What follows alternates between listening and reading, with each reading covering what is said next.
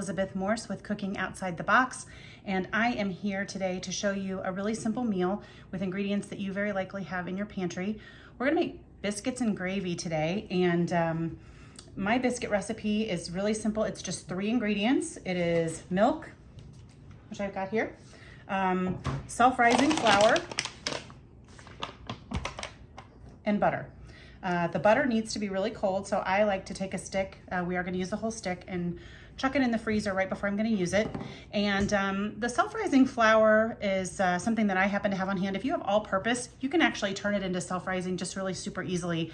You take 2 cups of all-purpose flour, you add 1 tablespoon of baking powder, and then just a little bit of salt, and then that's the exact same thing. Mix it all up. But I happen to have that, so I'm going to use it. And the first thing we're going to do is take 2 cups of the self-rising flour. So I'm gonna measure that out. Doesn't have to be exactly perfect. 2 cups. Then I'm gonna take a cheese grater. You can use this if you like. This is what I like to do because I think it's just simpler. But you can also take your really cold stick of butter and cut it up into pea-sized cubes. And what that does is that gets layered into the flour, and that's what makes your biscuits rise up and get nice and flaky. But anyway, I'm gonna use this grater, and I'm just gonna simply grate these pieces. Just makes really fast work of it. And then as soon as that's all done, which it almost is, we're gonna take about 6 tablespoons of milk and drizzle that in, and the dough comes together super quickly. So then while that is happening, you can see, let me show you what it looks like. Okay, looks like this.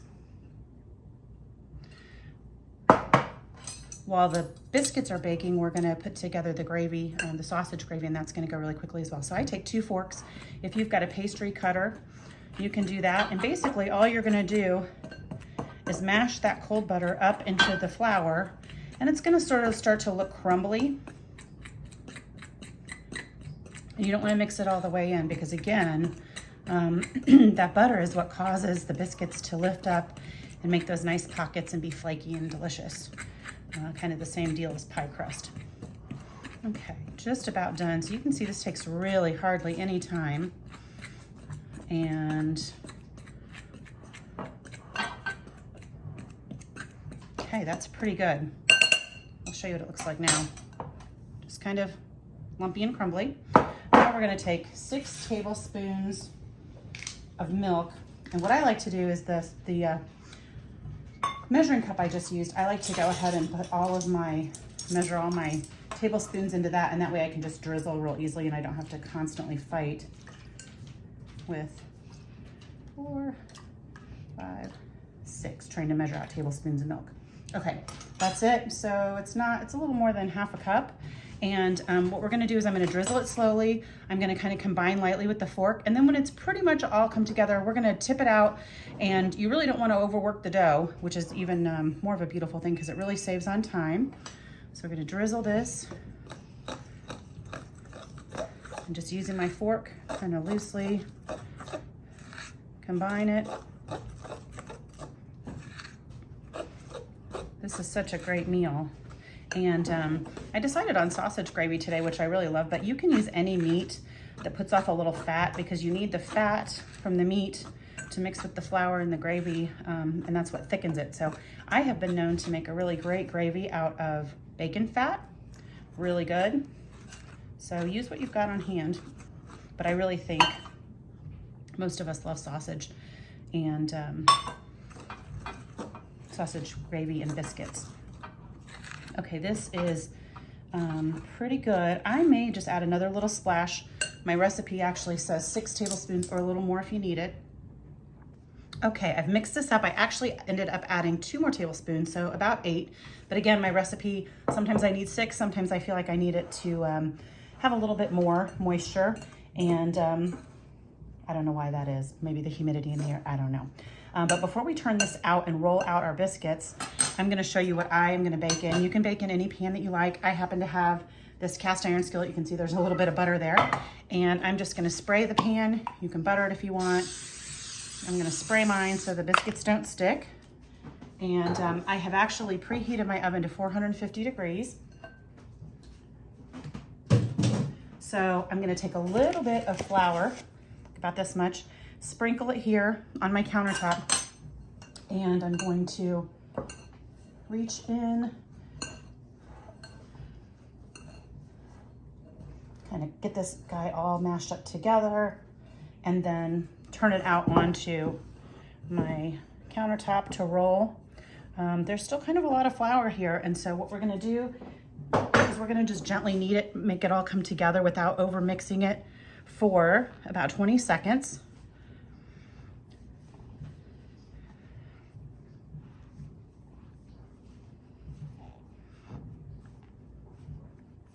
Okay, just about done.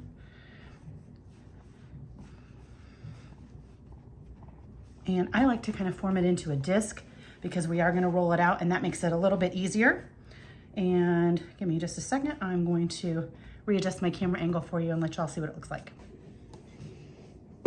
Okay, so you can see it's come together here. And again, you know, this is a shaggy dough. This is not going to be smooth and soft like bread dough. And we're going to roll this out. It's going to crumble a little bit to about 1/2 inch in thickness. And then you can cut your dough any way that you like. A lot of times I just cut it in squares.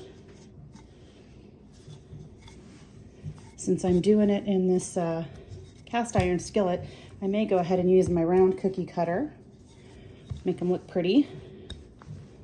Okay, so looks like that. Okay, maybe a little tiny bit thinner. Okay, and I'm gonna cut a few of these guys,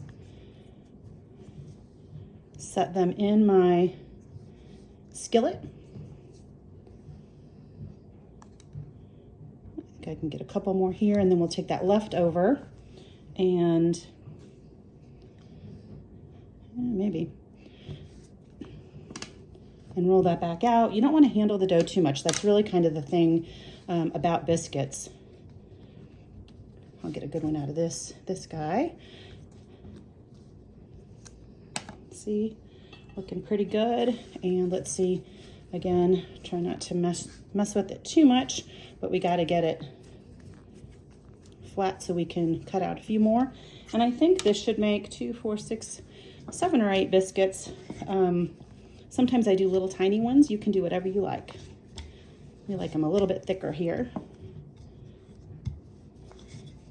All right, so there's 1, 2,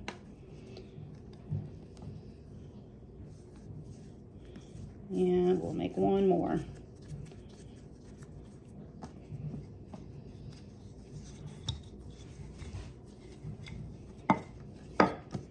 Okay, and our oven should be ready. Again, it's 450, and we're gonna let these cook. This is what it looks like in the skillet for 10 to 12 minutes. You can brush these with butter if you want. I tend to not do that, but if you like, you can do that. And I'll come back in just a minute. We'll get started on the gravy while the biscuits are in the oven. All right, everybody, we're gonna get started with the sausage gravy. I've got a package here of mild sausage. You can use whatever you like. Some people really like sage flavor.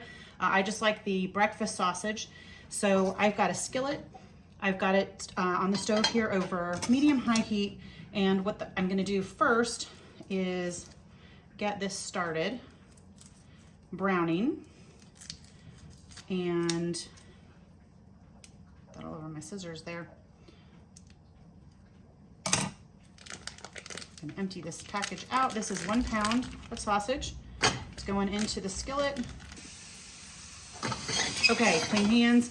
Again, not a big deal to use your bare hands for raw meat, but you just want to be sure that you're not contaminating other things in your kitchen and getting that potential bacteria on other things. So I have got this sausage going. It smells great. And I like to use this fork. I think it's really easy to brown and crumble the sausage. And sausage, just by nature, has enough fat in it that we're going to be able to use that fat with the flour, mix those things together here when the sausage is browned. And that's gonna give us enough to make what's called a roux. And the roux is what's gonna thicken our gravy. It's a really, really basic thickener, and probably you already know how to make it, but this is just such a simple recipe and always turns out well. Crowd pleaser, especially great in the cold winter months. And again, I think I mentioned a few minutes ago, sometimes I make this with bacon, and it's really good. And a little bacon goes a long way. Maybe you only have a half a package or a few strips, and you can cut the bacon up in really small pieces, but all that great flavor from the fat really still makes it a hearty meal. Smells pretty tasty. I don't know about you all, but at my house, we oftentimes have breakfast for dinner, which is kind of fun. It can get you out of the rut of having the same old thing. And I think this is one of those meals that's great any time of the day. So don't just relegate it to breakfast. And as soon as this is done, I'm gonna come back. We're gonna add the flour, the seasonings, and I'll show you what happens. Okay guys, it's been a few minutes. You can see my sausage is nice and browned. There is no pink.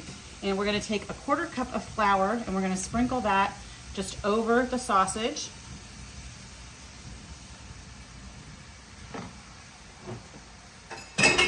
And we're gonna toss that around. We're gonna cook this for about a minute to get that flour taste out and to get the flour absorbing some of that yummy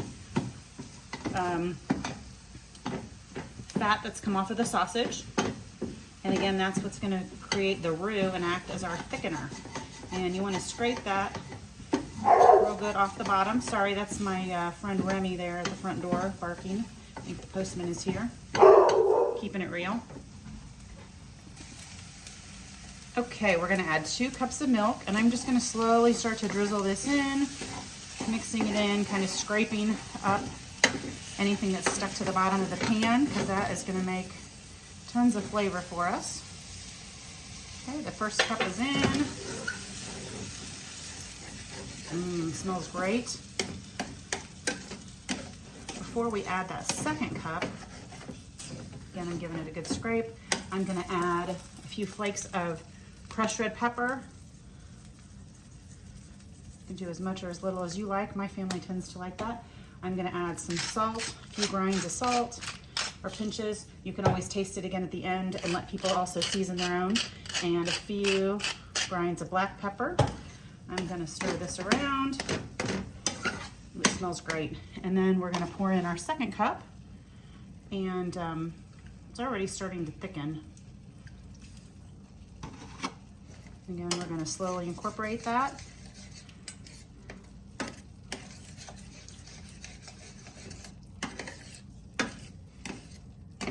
And some people like really thick gravy. We like ours to be kind of creamy. So I'm going to let it thicken up, but I'm not going to let it go crazy. And the other thing I might point out is like the longer you let it cook, the thicker it will get, and that's up to your personal preference. But you can also make this ahead and stick it in the fridge, and it will get pretty solid, and then you can just heat it up and maybe add a little bit more milk or even a little hot water to thin it back out. But this doesn't take long, I don't think, but if you're pressed for time and you want to make it ahead, it certainly does well in the fridge. So, okay, it's all in there. Smells fantastic. So simple, just a few ingredients, hearty meal for your family. If you like, you can serve it with a green salad or some fruit salad, or just by itself. All right, everybody, this is perfect. You can see nice and thick and creamy. And as soon as our biscuits are out of the oven, I am going to put it together and show you what the plate looks like. I hope y'all enjoy this recipe. Give it a try, and definitely shoot me a message with pictures if you do try.